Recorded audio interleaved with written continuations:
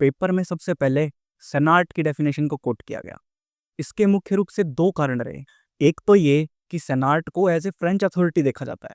जैसे फिजिक्स में न्यूटन का लोहा माना जाता है, वैसे ही इन स्टडीज में सेनाट का लोहा माना जाता है। सेनाट वो व्यक्ति थे जिसने हर किसी की डेफिनेशन का क्रिटिसिज्म दिया। तो फिर सबने सेनाट से कहा कि आप सबको क्रिटिसाइज कर रहे हो, तब आप बताओ डेफिनेशन क्या होनी चाहिए। सेनाट पे बहुत ज़्यादा प्रेशर आ गया, तो फिर सेनाट ने डेफिनेशन दी। उस सेनाट की डेफिनेशन ऐसी थी कि जो बाकियों की डेफिनेशन में उन्हें जो कमियां लगी, उन्होंने उन सबको जोड़कर एक डेफिनेशन बना दी जो कि बिल्कुल ही शैलो थी। उसमें कोई गहराई नहीं, सिर्फ और सिर्फ प्योरिटी एंड पोल्यूशन, एक ही कॉन्सेप्ट को वो टच कर पाई। मीनिंग एंड डेफिनेशन में फर्क इतना होता है कि मीनिंग में जो आपको समझ में आया आप वो समझाते हो, जबकि डेफिनेशन को वर्ड बाय वर्ड कोट करना पड़ता है। तो मैं आपके लिए सेनाट की डेफिनेशन को पहले कोट करूंगा।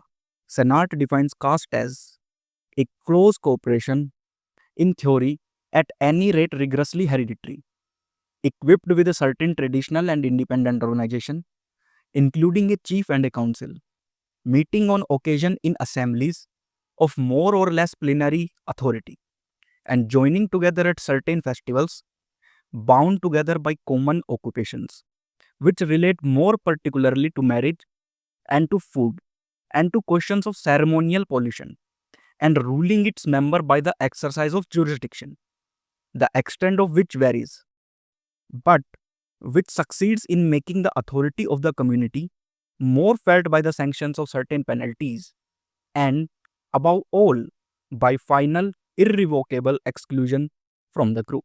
मतलब एक ऐसी ऑर्गेनाइजेशन जो बुरी तरह से हेरिडिटरी यानी अनुवांशिक है, जिसमें एक मुखिया भी है और काउंसिल भी है, जो मुख्य रूप से फेस्टिवल्स पे मिलते हैं या जब किसी को सजा देनी हो तब।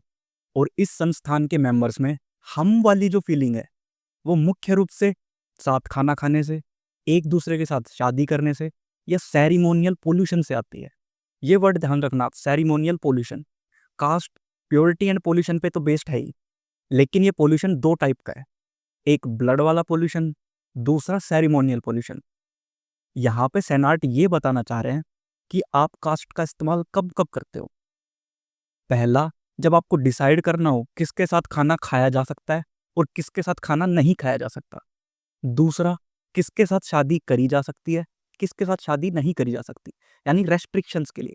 तीसरा, प्योरिटी ऑफ ब्लड, यानी अगर दो लोगों की शादी हो गई तो उनसे जो बच्चा पैदा होगा उसको पवित्र खून का माना जाएगा या मिलावट का माना जाएगा। और चौथा, सेरेमोनियल पोल्यूशन, जब आपको रस्में अदा करनी है, जब आप रस्म अदा करते हैं कोई, तो कास्ट का ध्यान रखकर ही करते हैं। सेनाट का मानना है कास्ट अपने मेंबर्स को इन रेस्ट्रिक्शंस के थ्रू ही बांध कर रखती है।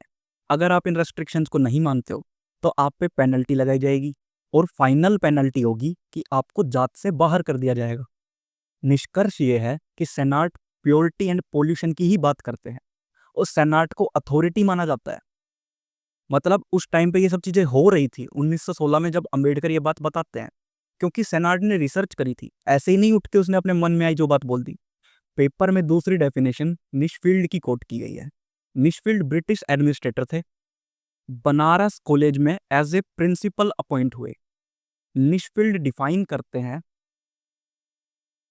Cast is a class of the community which disowns any connection with any other class and can neither intermarry nor eat nor drink with any but persons of their own community।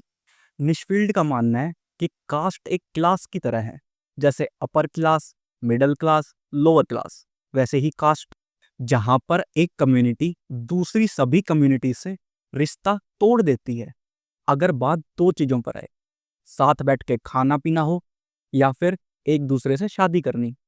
लेकिन अगर मैं middle class हूं तो पैसे कमाकर rich यानी upper class बन सकता हूं, या फिर पैसे लुटाकर पुअर या लोअर क्लास बन सकता हूं।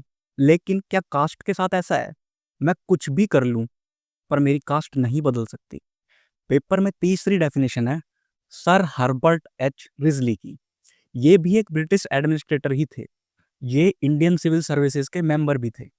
बंगाल प्रेसिडेंसी में इन्होंने ट्राइब्स और कास्ट को लेके बहुत सारी स्टडीज करवाई। तो इनकी डेफिनेशन को एज ए क्रेडिबल सोर्स माना जा सकता है। रिजली ही वो व्यक्ति थे जिनकी वजह से 1901 की सेंसस में कास्ट को फॉर्मली रिकॉग्नाइज किया गया था। रिजली के अनुसार एक कास्ट में be defined as a collection of families और groups of families bearing a common name which usually denotes or is associated with a specific occupation, claiming common descent from a mythical ancestor, human or divine, professing to follow the same professional callings, and are regarded by those who are competent to give an opinion as forming a single homogeneous community. Risley caste की गहराइयों में एक कदम नीचे उतरते हैं और आपके surname या गोत्र तक पहुंचते हैं। सेम गोत्र वाले, सेम वंश वाले और सेम सरनेम वाले जो एक स्पेसिफिक व्यवसाय करते हैं उसको रिजली कास्ट कहते हैं। रिजली कहते हैं ये जो ग्रुप जिसे मैं कास्ट कह रहा हूं ये वंश दर वंश एक ही व्यवसाय फॉलो करते हैं और इसको कास्ट मानेंगे या नहीं मानेंगे इसका डिसीजन दूसरी कम्युनिटीज पर है। यानी रिजली के अनुसार आप कास्ट हो या नहीं इसका डिसीजन आप नहीं कर सकते बल्कि दूसरे करेंगे। पेपर में चौथी डेफिनेशन हाईलाइट करी गई है डॉक्टर श्रीधर वेंकटेश केटकर की। ये चीफ एडिटर थे महाराष्ट्रीय जनन कोश के जो मराठी लैंग्वेज में पहली एनसाइक्लोपीडिया थी। ये कलकत्ता यूनिवर्सिटी में प्रोफेसर रहे, फिर इन्होंने बाद में पीएचडी भी की और अपनी पीएचडी थीसिस में इन्होंने पब्लिश की history of caste in India, जहां ये मनुस्मृति कितनी पुरानी है इसको जानने की कोशिश करते हैं और उस समय भारत में कास्ट का क्या नेचर था इस पर जोर डालते हैं।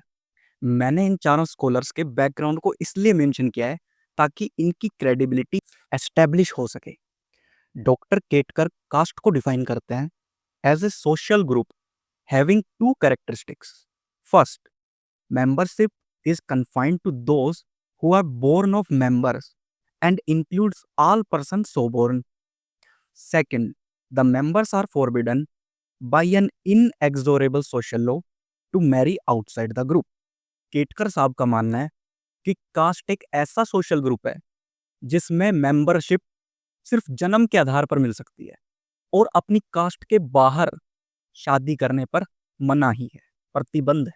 अंबेडकर कहते हैं मैंने आपको जो 4 डेफिनेशन कोट करी हैं उन चारों का आकलन करना यानी रिव्यू करना मेरे इस पेपर के उद्देश्य के लिए अति आवश्यक है।